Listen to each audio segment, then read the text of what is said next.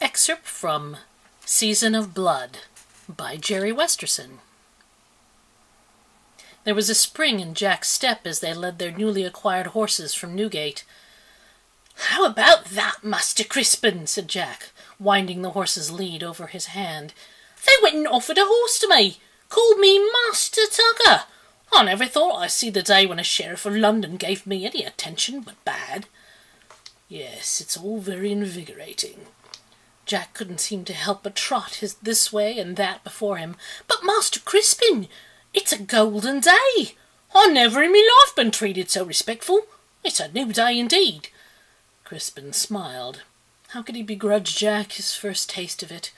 Due respect had long ago been yanked from Crispin's grasp. He'd earned it back, in a way, from the merchants and waifs of London streets, but it certainly wasn't the same as he had enjoyed in his former circles at court. The sheriff seemed only too glad to send Crispin and Jack away. What was on their minds? Was it only to distract him, get him out of the way, or were they genuinely interested? No, that seemed out of character. Nevertheless, it was an opportunity he had needed to snatch those when they presented themselves. Jack swung his arm, the one leading the horse, and Crispin had to stop him before he wrenched out the bit. They tied the beast to a post at their threshold. There was not much to pack, but the only thing on Crispin's mind was the relic, and that he wrapped carefully and stuffed it in a saddlebag. Once it was safely secured, his thoughts fell on Catherine Woodley. She would have to be informed that he was leaving London for a se'nnight at least. He scanned the street of patrons, horses and carts, and honking geese. Where was Lenny when he needed him?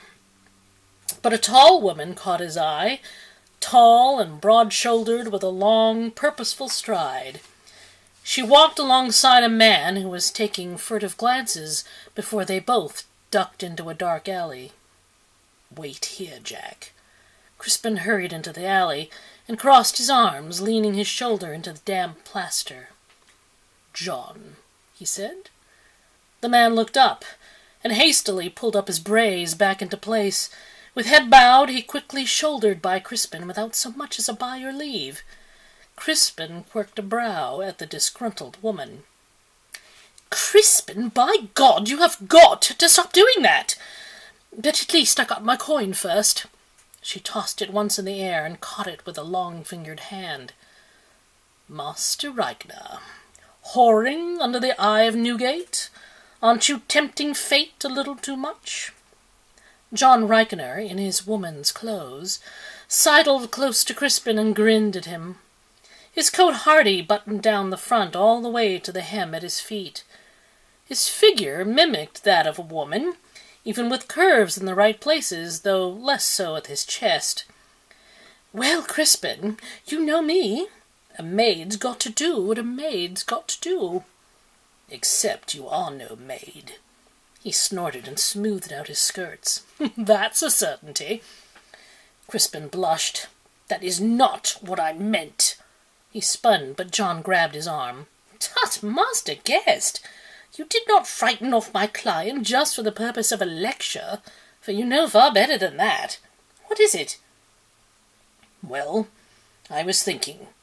He looked the man over, from the plucked brows down his slim form in his woman's gown to his pointed shoes. He might dress as a woman and play the mayor for other men, but he was a man, and Crispin knew him to be a strong individual, both hearty of body and mind. Yes, it was an even better idea than he had first thought. "John," he said, his voice low and keeping his eyes on the street, "I wish to hire you." Reichner's mouth fell open. "You do?" Feeling his face heat again, Crispin quickly slid away from the man. "Not like that! God's blood, John!" Reichner shook his head, the looped braids at his temples swaying under the kerchief. "For a moment He laughed. "You should have seen the look on your face." "Yes, very funny." "Oh, it was. He clapped his hands and pressed his fingertips to his smiling lips. Crispin felt like melting into the wall. If only he could. "Do you wish the job or not?"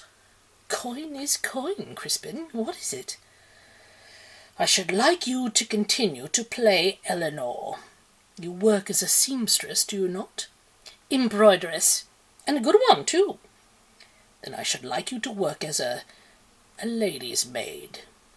John blinked. "To a lady?" "Yes, to a lady. To whom else would you be a lady's maid?" "Well, I have played such games before, and I have no desire to hear about them." Crispin peeked around the corner at Jack, who was stomping the mud next to the horses. The boy was anxious to get going, and so was Crispin. "A lady's maid, John, and also a protector. Such a combination is unique, but necessary."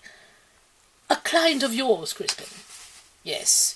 The lady in question is staying at the Unicorn on Watling Street. Her name is Catherine Woodley."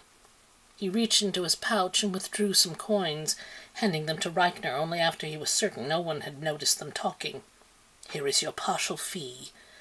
I'm afraid it's all I can give you now." At least he had bargained travelling money and horses from the sheriff's, so he and Jack wouldn't starve along the way. "Watch her well, and tell her I sent you. But don't tell her you are a man." "Where are you going?" "I must leave London. I shall be gone for a se'nnight at least, but I will return as soon as possible. Keep watch of her, John. I fear someone might be after her." Ragnar grabbed the dagger hilt at his hip. "You can rely upon me, Crispin. I shall be the perfect lady's maid." Looking at his small mouth, pert cheeks and long straight nose, Crispin was inclined to agree. "Remember, you are Eleanor." "I know that, Crispin. I have been Eleanor for many years." "Good. Well, farewell then." "God speed you, Crispin, and that clever boy, Jack." Crispin left the alley and glanced over his shoulder as Reichner made his way down the lane, heading for Watling Street. "Was that Master Reichner?" asked Jack. "Yes." "And did you just send him to Catherine Woodley?" Crispin said nothing, but Jack seemed to reckon what Crispin had schemed without his saying it. "Oh, Master Crispin," he said, shaking his head, "you shouldn't have done that."